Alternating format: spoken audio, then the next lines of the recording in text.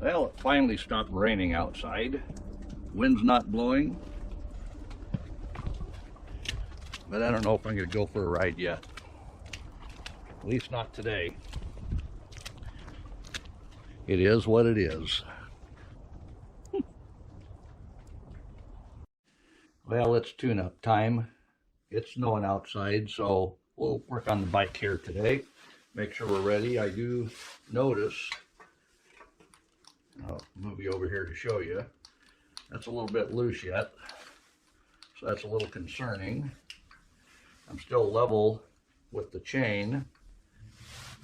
The chain's good and tight,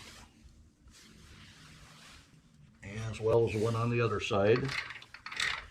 I don't have any binding, which would mean the bearing is too tight.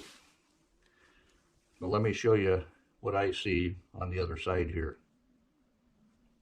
So the rear sprocket on the hub, when I move the rim, you see there's movement there. I don't believe that's normal. I've had 2 more rides since I tightened it the last time. You shouldn't be too concerned about things like this because you will find several things that do get loose as you ride the bike. This is more use and abuse than a bike is normally going to get by putting a motor on it. So it's just a couple things to keep an eye on. So don't be too concerned when things like that do happen. We'll take care of it. Another hazard, casualty, is the rear light.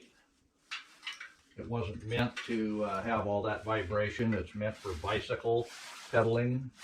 So the metal that is also the ground on the light snapped off. And I found this, luckily it fell along the side and didn't wrap up in the spokes. It'd be gone if it did, but that's a inexpensive add-on. I can easily put a better light on than that. The battery box that I made for this, it's held up well. The duct tape is very forgiving. The wooden box that's there, as well as the wire ties, that is all held together very well. Things are staying away from the exhaust where it might get hot. Carburetor, the new carburetor seems to be holding up well. I haven't had an issue with the clutch yet. That is something to look at now and again. Feeling the front bearing, we're good and tight. The Springer front end has helped take some of the shock out of the ride. That's nice. The tank has settled in. It hasn't been moving. Remember, I did glue hot glue a ball on each side. This one fell off. The other one finally fell off as well, but the rubber inner tube that I put under here to cushion it, it's finally settled in and is staying tight, so the tank isn't moving around or doesn't want to move. I did check the head bolts. That's one thing that is recommended. They were nice and tight yet. Matter of fact, when I tried tightening them a little bit more, when it did snap, I could tell they hadn't moved at all. This is your gear. So the motor, small gear is here, and the large gear is here. And inside there is a clutch as well. So I haven't had an issue with it, but it is something to know where it is and keep an eye on it as well. I know it needs greased, and we may take it apart to see if they did add any grease to it. It's a quick and easy thing.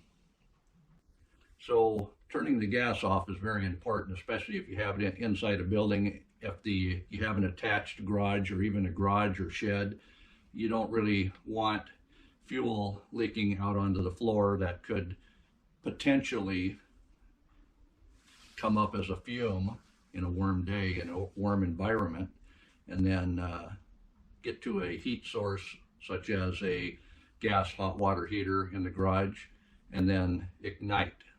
So turning the gas on and off, on as you're going to ride and off when you're done riding, is very important. That's why they put that there, is for your safety. One thing that's very important to keep an eye on is your tensioner. This happens to be the 4-bolt tensioner, which will keep the chain tight. You don't want that slipping and falling into the spokes, and that would be a bad day. GoPro. Checking your bolts.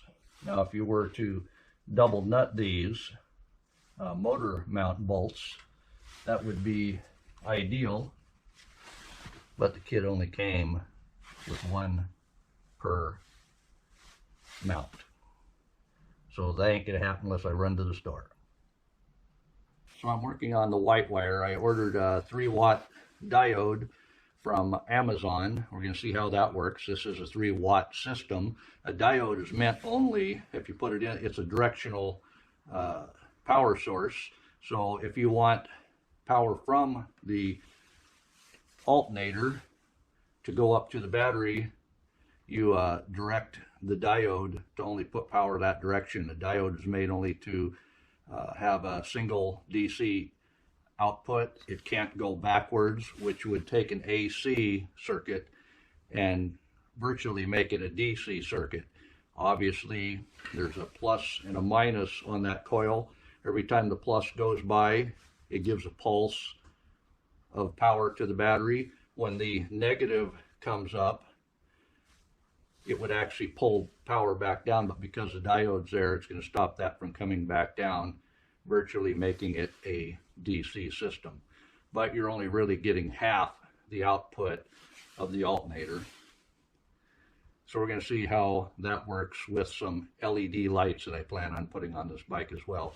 I know they'll work off the battery just fine, and the battery is going to equal out that pulse and actually give that LED light what it needs to light, and then the alternator will just charge the battery is all.